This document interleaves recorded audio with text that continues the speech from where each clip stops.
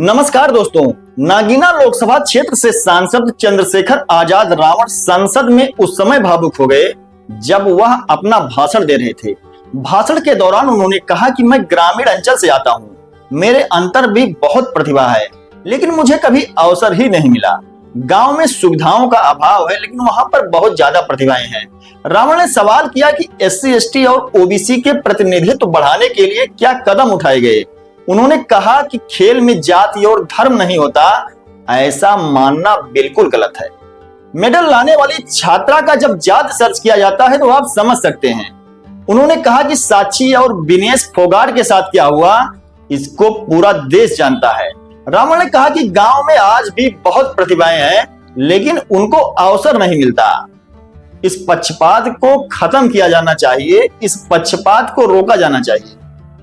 हम ग्रामीण अंचल से आते हैं। ग्रामीण क्षेत्रों में ना तो स्टेडियम है, ना स्पोर्ट कॉलेज है, ना यूनिवर्सिटियां हैं और प्रतिभा का कोई मोल ही नहीं है सर। हम खुद अच्छे खिलाड़ी थे मगर अवसर ही नहीं मिला। अब यहाँ आने में भी बहुत समय लगा, सड़कों पे संघर्ष करना पड़ा।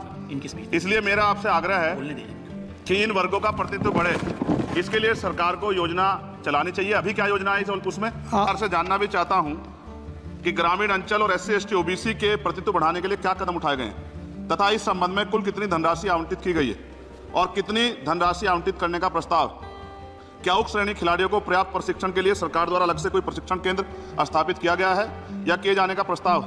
उक्त खेलों में अलग अलग स्पर्धाओं में उक्त श्रेणी के कुल कितने खिलाड़ियों को भेजे जाने का प्रस्ताव है तथा इन सब खिलाड़ियों का श्रेणीवार कुल कितना प्रतिनिधित्व रहेगा। साथ साथ अभी हमारे साथी कह रहे थे कि खेल में जाति और धर्म नहीं होता। सर जाति तो है।